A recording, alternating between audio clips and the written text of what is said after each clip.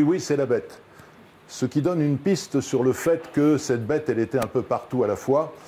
Il y avait certainement plusieurs bêtes, peut-être même un loup tout à fait classique, comme le gros loup qui a été tué par Antoine au mois de septembre 1765, et puis la vraie bête que vous allez voir dans un instant.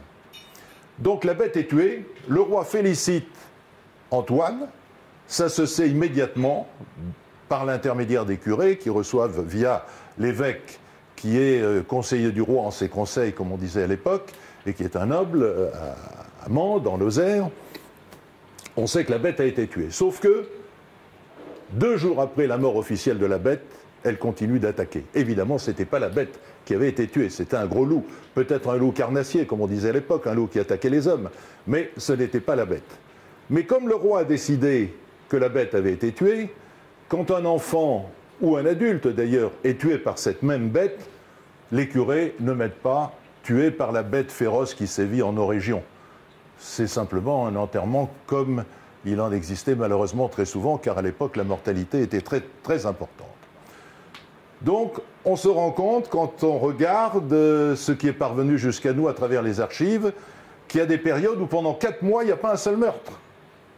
Ce qui est évidemment une absurdité totale, puisque quand les archives sont parvenues convenablement jusqu'à nous, eh bien imaginez-vous que cette bête du Gévaudan, comme tous les chiens et comme tous les humains que nous sommes, puisque nous sommes quelque part des canidés, si j'ose dire, eh bien elle mange tous les jours.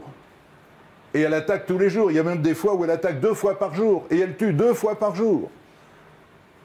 Mais il y a des périodes où c'est le silence, surtout après la mort officielle de la bête, après le mois de septembre 1765. Il y a une période de 4 mois où on ne trouve rien dans les archives. D'abord parce que les archives ont été en partie brûlées à la Révolution. Deuxièmement parce que le roi a décidé que la bête était tuée et que les autorités de l'époque n'allaient pas transformer le roi en personnage ridicule en disant « Ah ah, il a dit que la bête était tuée mais elle est toujours là ».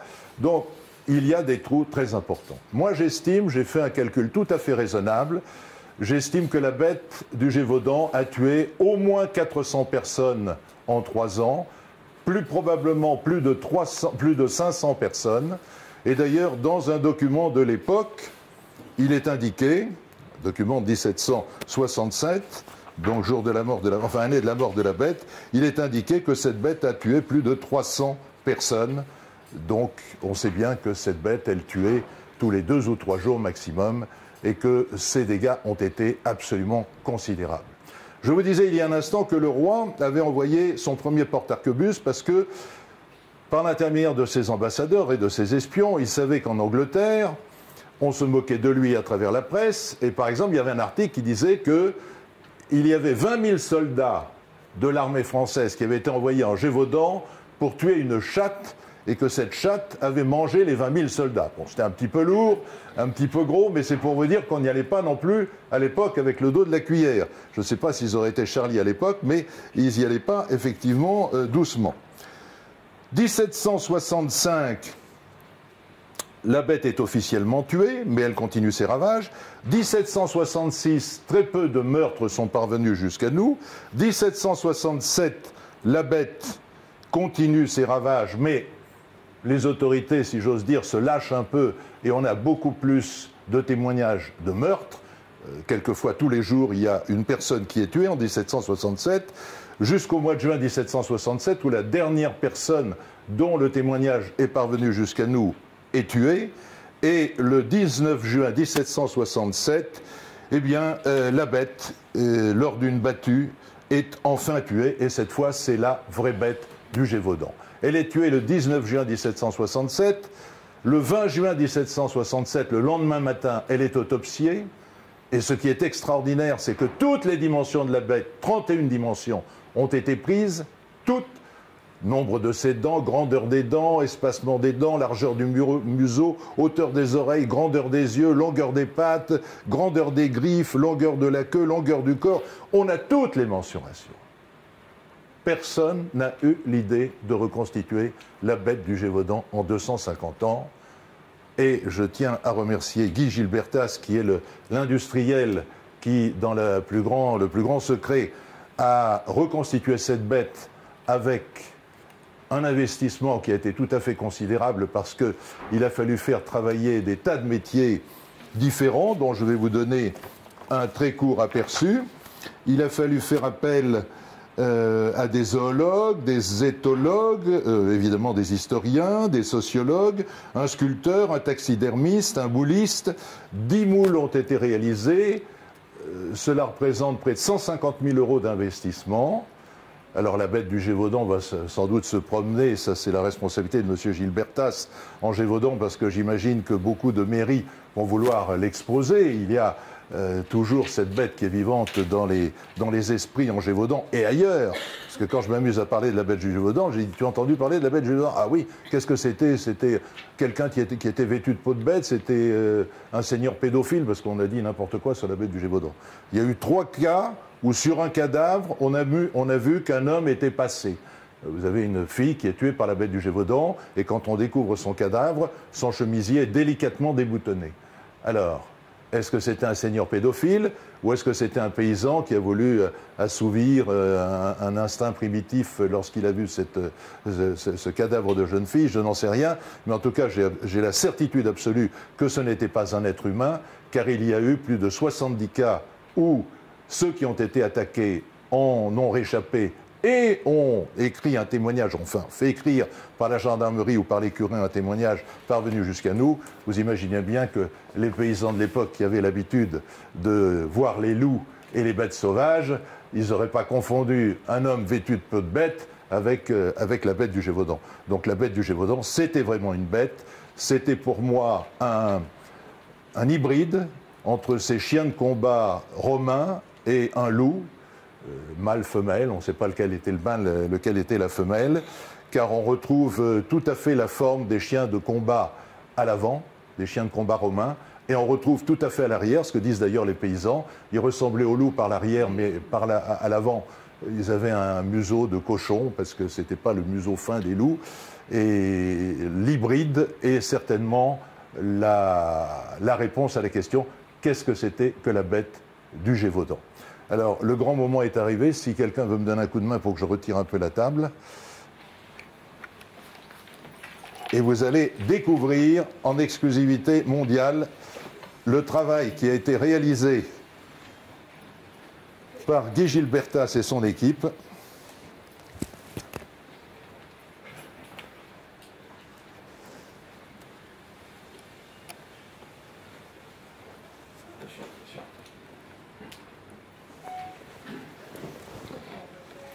Voilà, au millimètre près, la bête du Gévaudan. 57 kilos, une gueule énorme, des dents qui sont tout à fait conséquentes mais pas extraordinaires, une queue levretée, rougeâtre sur le côté, une grande raie noire sur le dos, des pattes très puissantes. D'ailleurs, souvent, elle se dressait sur ses pattes arrière et elle attaquait avec les pattes avant. Elle se mettait debout face aux personnes qu'elle attaquait.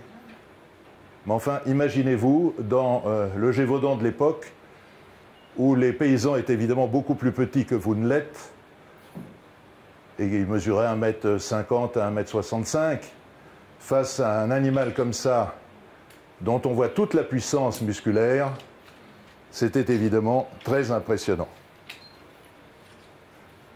Avec une main sous elle pour montrer que c'était quand même un grand prédateur qui a tué certainement plus de 400 personnes, et une langue immense, puisqu'on a toutes les dimensions, encore une fois, de la bête, et la langue faisait, je vais vous dire exactement combien, 30 cm ou 39.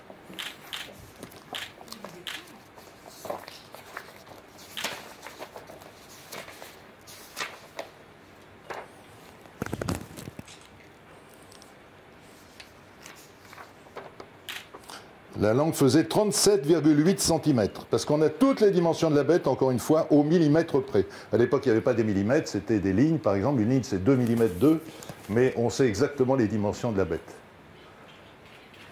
Voilà, enfin, en 2016, la bête du Gévaudan, parfaitement reconstituée, forme, couleur et attitude. Et Guy Gilbertas a fait un superbe travail avec toute son équipe, et je le remercie encore, parce que Elle va faire le tour du monde, cette bête. Parce que dans le monde entier, on sait qu'elle existe. Et elle avait des yeux cinabres, ça a été parfaitement reconstitué, des yeux rouges qui faisaient très peur aux témoins parce qu'ils disaient ses yeux étaient rouges, donc on disait que c'était le diable et lançait des éclairs. Et vous voyez, quand les gens disaient qu'elle avait une tête de cochon, évidemment, ce n'est pas une tête de loup, et on sait exactement quelle était la forme de la mâchoire, des dents, etc. Donc Claude, y a-t-il eu des films sur la bête? Des films, il y en a eu pas mal des films sur la bête, avec à chaque fois des hypothèses. Le dernier est assez récent, puisque je crois que c'était le Pacte des loups. Et le Pacte des loups, j'ai même pas envie d'en parler tellement c'est absurde. D'abord, ils l'ont tourné dans les Pyrénées et pas en Gévaudan. Rien que déjà ça situe le sérieux de l'histoire. Deuxièmement, ils ont fait des combats de kung-fu au XVIIIe siècle en Lozère. Des combats de kung-fu. Troisièmement, ils ont mis un bordel à Mende, l'évêque, la ville de l'évêque. C'est d'une absurdité totale. Ensuite, ils ont dit que c'était des loups dressés vêtus de carapaces, qui est une autre absurdité. Enfin, ils ont fait du sang. Il n'y a pas besoin de faire de sensationnel dans l'affaire de la bête du Gévaudan quand on prend les rapports de l'époque. C'est déjà suffisamment extraordinaire pour qu'on n'en rajoute pas. Alors, je vais l'arrêter. Je crois qu'on arrête comme ça. Voilà. Alors donc, moi, j'ai écrit ce livre aux éditions de l'Archipel où j'explique un petit peu, même beaucoup, en 150 pages, tout ce que j'ai trouvé en 30 ans, et qui permet de dire, 1, la bête, elle vient des plaines centrales après la guerre de 7 ans, 2, elle a tué déjà dans la région du Dauphiné, 3, elle est passée ensuite en Lozère, qui n'existait évidemment pas à l'époque, puisque les départements ont été créés après la Révolution, mais elle est passée du côté de la Lozère actuelle, en Gévaudan, sans doute la nuit en traversant un pont par-dessus le Rhône. Elle a commencé à tuer. Est-ce qu'il y avait plusieurs bêtes? Je ne le pense pas, puisqu'on a trouvé partout, et on l'a mis d'ailleurs, on a trouvé toutes les chevrotines qui ont été tirées, les coups de lancette. Vous voyez ici, il y a des chevrotines. Ici aussi, il y a des coups de lancette qu'on a trouvés sur la bête. Donc tous ceux qui avaient été attaqués par la bête et qui s'étaient défendus et qui l'avaient blessé, on a retrouvé les blessures sur la bête. Donc il y a eu 32 témoins qui ont dit « oui, c'est bien la bête telle qu'elle m'a attaqué ». Voilà, je n'ai pas voulu faire long parce que je sais que certains d'entre vous ont des obligations. Si vous avez des questions, j'y répondrai avec grand plaisir. Mais moi, je suis ému de voir cette bête du Gévaudan, après laquelle j'ai couru pendant 30 ans. Et quand Guy Gilbertas m'a dit « Monsieur Bourret, venez voir, j'ai quelque chose à vous montrer », parce qu'il était venu me voir dans un premier temps en disant « on va reconstituer la bête ». Et puis, je n'ai pas eu de ses nouvelles pendant 6 mois. Et que je suis rentré dans son salon et que j'ai vu la bête, j'ai dit « c'est elle, il n'y a pas de problème », parce qu'à force de lire tous les rapports de l'époque, je la visualisais bien, et c'est exactement ça. Au millimètre près. Il n'y a pas eu de bête recensée après? Non. Dès qu'elle a été tuée, ça s'est arrêté tout de suite. C'était la vraie bête du Gévaudan. Alors que quand le loup a été tué, qui certainement avait peut-être tué des bergers et des bergères, parce qu'on a trouvé, encore une fois, des marques de chevrotines sur son pelage, en septembre 1765, on a mis peut-être sur le compte de la bête ce qui était de l'ordre de ce loup carnassier, mais la bête était toujours là, et elle avait une puissance vitale absolument colossale,